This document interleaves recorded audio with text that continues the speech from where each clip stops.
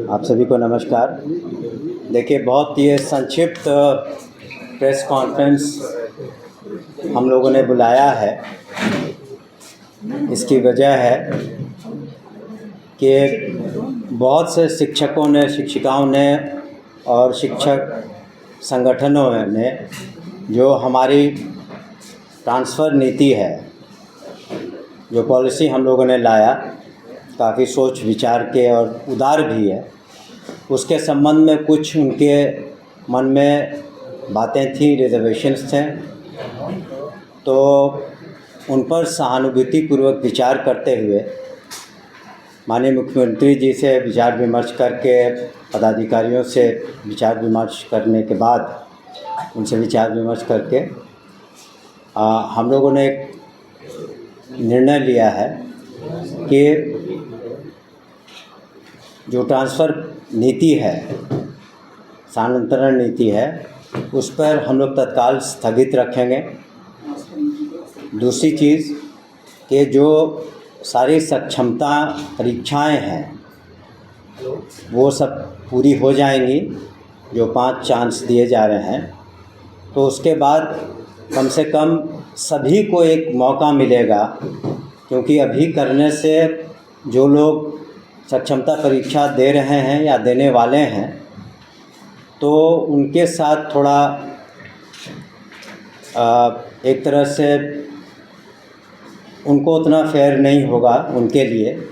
इसलिए हम लोगों ने सहानुभूतिपूर्वक सभी पहलुओं पर विचार करके सोचा है कि ये जो सक्षमताएं परीक्षाएं हो जाएंगी और जो नीति है उसमें आवश्यकता अनुसार हम लोग कुछ बदलाव भी कर सकते हैं। लेकिन जो प्रक्रिया है इम्तहान की वो चलेगी, सक्षमता परीक्षा की। दूसरी जो नियुक्ति है वो पूरे राज्य में 1,14,000 से ज़्यादा जो काउंसलिंग में बिल्कुल हर तरीके से सही पाए गए हैं, उनकी नियुक्ति भी कल होगी। लेकिन जो ट्रांसफ़र पॉलिसी है, तत्काल हम लोग उसको स्थगित रखे हुए हैं, उस पर पुनः विचार भी कर रहे हैं और आवश्यकता हुई तो हम लोग कुछ उसमें संशोधन भी करेंगे।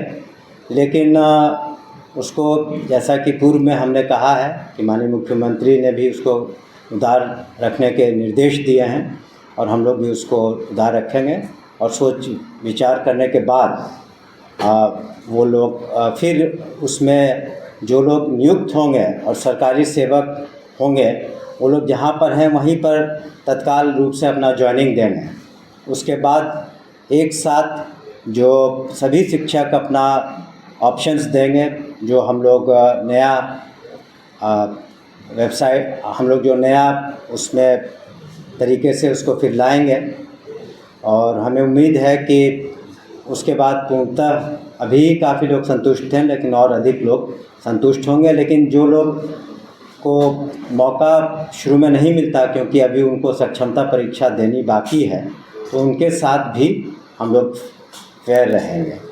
तो इन्हीं कारणों से तत्काल रूप से हम लोगों ने उस पर स्थगित करने का विचार किया है। तो कोर्ट ने आज देखिए, नहीं पढ़ा है, लेकिन मुझे बताया गया कि वो उसमें जो पिटिशनर्स थे उनको कुछ रिलीफ दी गई है, लेकिन पूरी तरह ट्रांसफ़र नीति पर या नियुक्ति पर इस तरह की कोई कोर्ट का आदेश नहीं है, जो मुझे बताया गया। लेकिन पूर्णतः कोई रोक नहीं है किसी भी तरह की। उनको कुछ पिटिशनर्स को कुछ रिलीफ दिए गए हैं, तो उसको पढ़ के हम लोग जो कोर्ट का आदेश है, जो हम लोग को जवाब देना होगा, देंगे।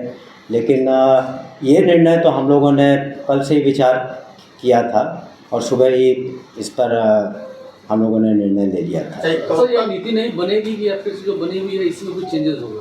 हमने कहा कि ज़्यादा संभावना जो नीति बनी है उसमें कुछ संशोधन आवश्यकता अनुसार, जो मांगे विभिन्न संगठनों ने उठाई हैं, या शिक्षकों ने, या पुराने शिक्षकों ने, नए शिक्षकों ने, तो निश्चित रूप से जो बातें थी कि जो असाध्य रोग हैं या महिलाएं हैं या फिर हस्बैंड वाइफ की, वो सब बातें तो रहेंगी ही।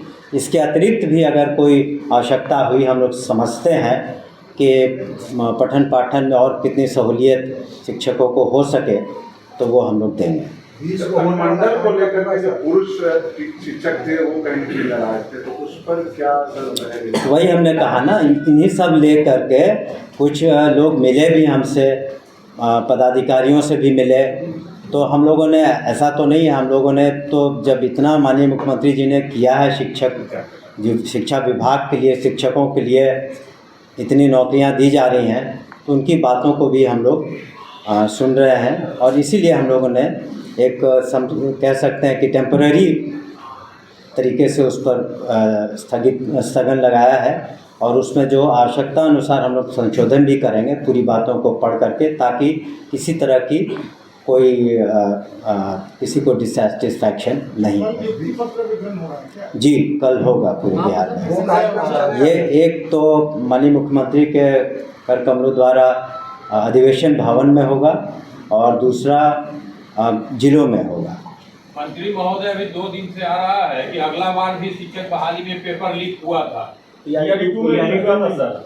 अब देखिए, जो एजेंसी, एक मिनट, जो एजेंसी इसको कर रही है, तो अगर किसी तरह की शिकायत मिलती है तो उसमें निश्चित रूप से उसमें इंक्वायरी होती है, और अगर कोई दोषी होता है तो कार्रवाई होती है। अगर कोई तो जब भी पेपर लीक हुआ आनंद किशोर ही थे, तो आनंद किशोर पर कोई कार्रवाई आप लोग कर रहे हैं क्या?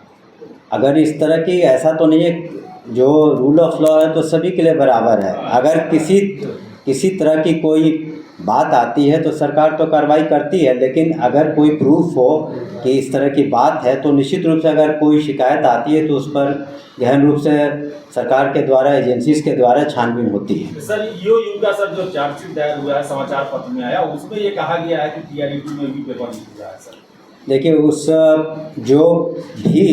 जब भी कोई जांच एजेंसी, इन्वेस्टिगेटिंग एजेंसी कुछ कार्रवाई करती है तो वो सर्टेन रिकमेंडेशंस भी कंसर्न डिपार्टमेंट को देती है। अगर कोई रिकमेंडेशन उनके द्वारा आता, क्योंकि इन्वेस्टिगेशन करना डिपार्टमेंट का काम नहीं, उसके लिए स्पेशलाइज्ड एजेंसीज हैं। अगर उनके द्वारा कोई बातें लिखित में आती हैं तो डिपार्टमेंट उस पर कार्रवाई करती है। मंत्री महोदय, आपके विभाग में दिया हुआ है, चुनाव आयोग से भी कंप्लेन हुआ कि गलत बहाली हुई है, और वीडियो भी वहाँ से रिपोर्ट दिया जहानाबाद की गलत बहाली हुई है। देखिए, जो अगर कहीं पर निश्चित रूप से उसका अध्ययन करके जो उचित कार्रवाई होगी, आपको भी इसके बारे में हम बता देंगे। ट्रांसफ़र नीति का जहाँ तक प्रश्न है, हमने कहा ना, चूँकि कई संस्थाओं ने और ऑर्गेनाइजेशंस ने कुछ अपने बातों को रखा और कहा कि जो ये नीति है इसमें कुछ और चेंजेस की आवश्यकता है, कुछ उसमें व्यवहारिक कठिनाइयाँ हैं, तो कुछ बातें उनकी सही लगी हम लोगों की। इसलिए हम लोग पुनः उनसे विचार करके और पुनः इसको और लाएंगे सभी के सामने, और ये निश्चित रूप से शिक्षकों के हित में हो। तो 3-4 अनुमंडल छोड़ना पड़ रहा था। नहीं, तो वो इसीलिए वो सब व्यवहारिक कठिनाइयाँ जो हमने कहा कि कई जिलों में एक ही अनुमंडल है, तो कुछ व्यवहारिक कठिनाइयाँ हैं, उन सबको हम लोग दूर करेंगे। वो जब ये हमने शुरू में ही कहा कि जब 5 सक्षमता जो उनको चांस दिया जाएगा उसका रिज़ल्ट आ जाता है, क्योंकि अगर कुछ को आप मौका देते हैं, जो लोग जैसे कि कल नियुक्तियां होंगी तो कुछ तो शेष रह जाएंगे, तो उनका उनकी जो मांगे हैं हो सकता है कि वो उसमें ख़त्म हो जाए फर्स्ट लॉट के साथ। तो उनका कहना था कि बाकियों को भी मौका मिलना चाहिए उतना ही जितना पहली बार पास किए हैं, क्योंकि सभी तो एक ही तरह के सक्षमता टेस्ट पास कर रहे हैं, सभी नियोजित शिक्षक थे और अब विशिष्ट शिक्षक होंगे। सर, एक सवाल है सर यहाँ पर कि यदि 5 बार सक्षमता परीक्षा वो हो जाती है, ऐसे शिक्षक नियोजित शिक्षक हैं वो फॉर्म नहीं भरते हैं, उनके साथ क्या कीजिएगा? देखिए, उसके लिए जिन लोगों ने इम्तहान दिया ही नहीं या देंगे नहीं, 2 तरह की बात है। जो जांच पड़ताल में जिनके सर्टिफिकेट्स वगैरह सही नहीं पाएंगे तो उसमें विधि सम्मत कार्रवाई होगी। दूसरा कि जो देते ही नहीं तो उसके लिए अलग से कमेटी बनी है, जो बिल्कुल नहीं देते हैं तो उसमें अलग से हम लोग उसमें निर्णय लेंगे। सर, कल जिन्हें नियुक्ति पत्र मिलेगा उनको सेवा निरंतरता का भी लाभ मिलेगा, इतने वर्षों से कार्यरत हैं? जी नहीं, जो आप पहली बार, आप तो सरकारी सेवक हुए हैं ना, तो सरकारी सेवक तो आप जब से आपकी नियुक्ति होती है तब से आप होते हैं, और अब तो आप सरकारी सेवक होंगे और उनसे भी हम अपेक्षा करेंगे कि पूरे लगन के साथ और बिल्कुल कर्तव्यनिष्ठा के साथ अपने कर्तव्यों का निर्वहन करेंगे।